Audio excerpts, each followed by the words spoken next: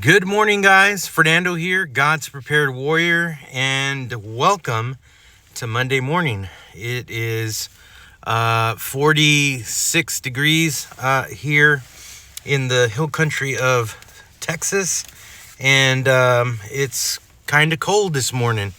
As you notice, I'm in a puffier jacket because it's cold.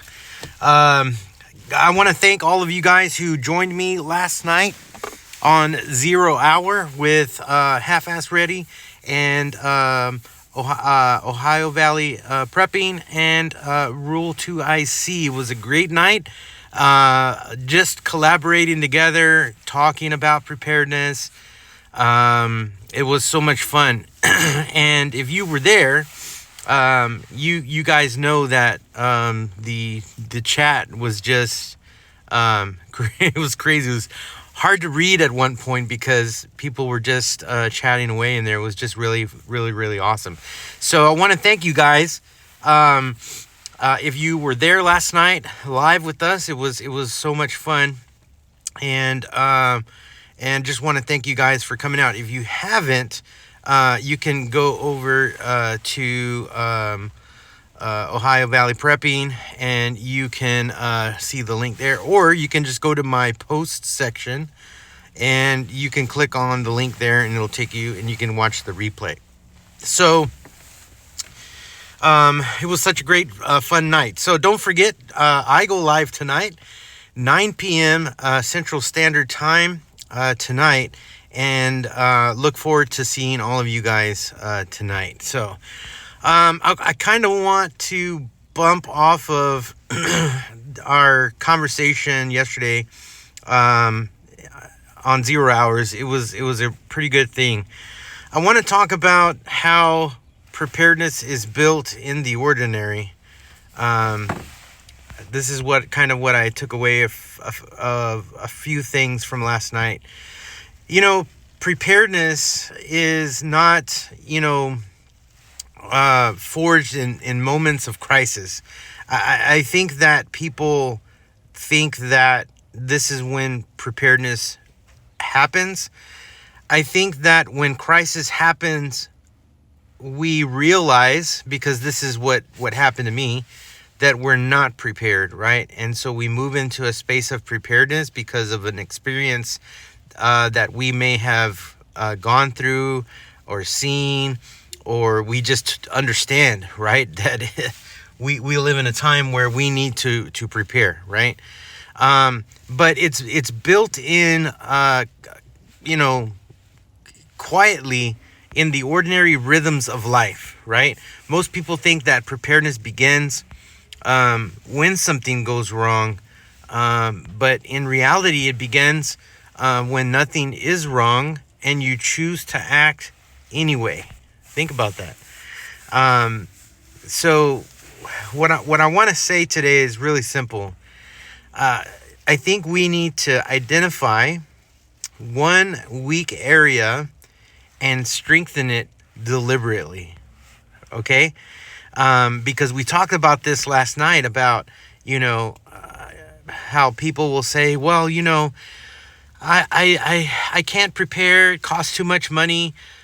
Because the truth in that statement is that they're following someone, and that person is at a different level of prepping than barely coming into prepping.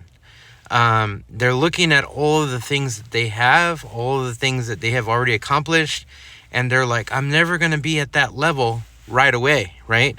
And so that's what I'm talking about. Prepping, it does not happen overnight and now you're this, fully stocked prepper. No, it happens in small steps, right? It doesn't always happen all at once, and it's not always perfect, but it's just, we do it faithfully, right? I think we need to ask ourselves, if normal systems were disrupted for 72 hours, right? Where would our household feel the strain first, right? What would that be? Would it be food, right? Would it be water? Would it be communication? Would it be medical needs? Would it be emotional stability, right? Or would it be knowledge or equipment? You got to ask yourself that question, right? And God's prepared warriors, we don't chase every headline, right? We are vigilant to what is happening, and we move within the things that we see, right? They don't dictate how we are. We just kind of move in that, either away from that, or we know how to prepare for what is coming ahead, right? We build depth, right? We train consistency, right?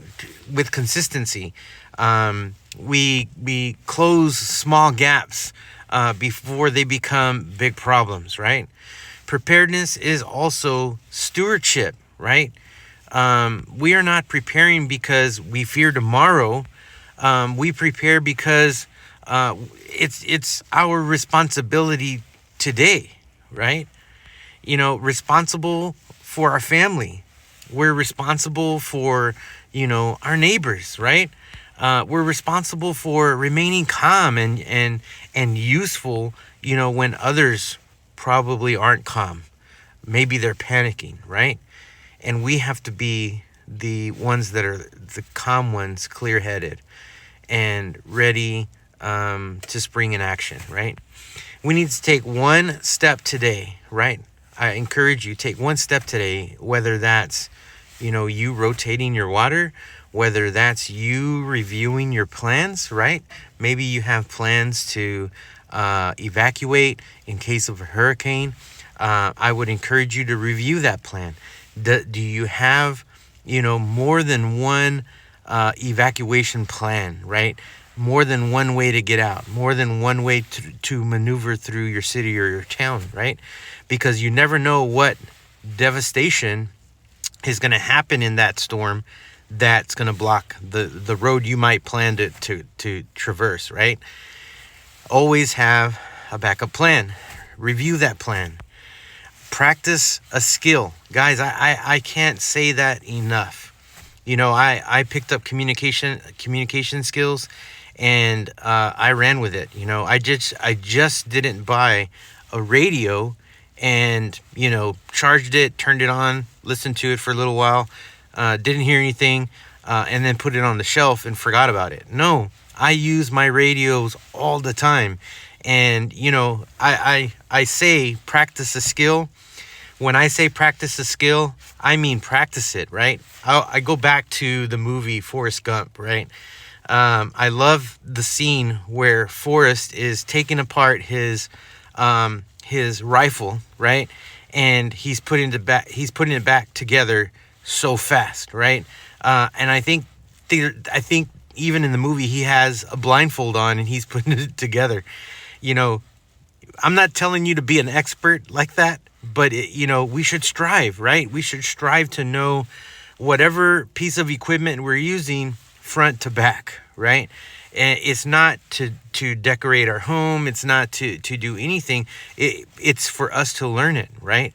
Practice a skill, learn a skill. I want to encourage you to do it. You're never too old to learn something new. Trust me. Maybe it's having a conversation with your family that you might have been avoiding about prepping, or about your evacuation plan, or whatever, right? Have that conversation. We talked last night about building bridges. Maybe you and your family are separated in some way. Maybe something happened in life and now you're not talking. If poop ever hits the fan, we're gonna need each other. And who else but family, right? Maybe it's time for us to, build bridges and, seek forgiveness, seek togetherness. And I would encourage you to do that, right? We need to pray for wisdom and discipline, right? To stay on the course, because trust me, we are going to get tired. We might even burn out. We might even be listening too much to headlines, and we become complacent and, yeah, it's never going to happen, right? And then we lose interest and we give up, right? We should stay the course and trust in the Lord, because He is the one that's going to get us through it anyway, right? We're doing our part. We're being good stewards of our family. We're taking care of our family. We're doing our part, to work and, to save, do all those things. And God meets us, where we are. I want to encourage you, take small, repeated actions, steps, right, to create resilience.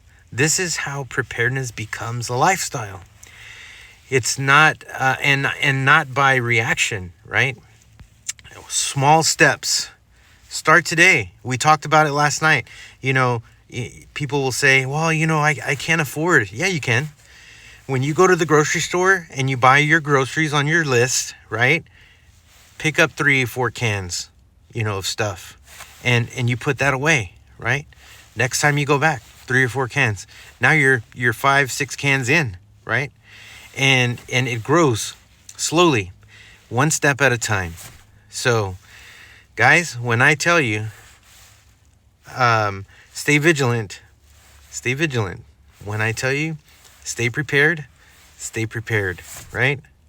All right, guys, happy Monday. Thank you so much for joining me last night with the guys over there. And it was such a fun night on the 0 Hour podcast. So hopefully you guys can join me tonight for our live that goes 9 o'clock p.m. Central Standard Time. Tonight, I look forward to seeing you guys there, and hope to see you later. Have a great day, guys. I'm praying for you. Be safe out there. God bless.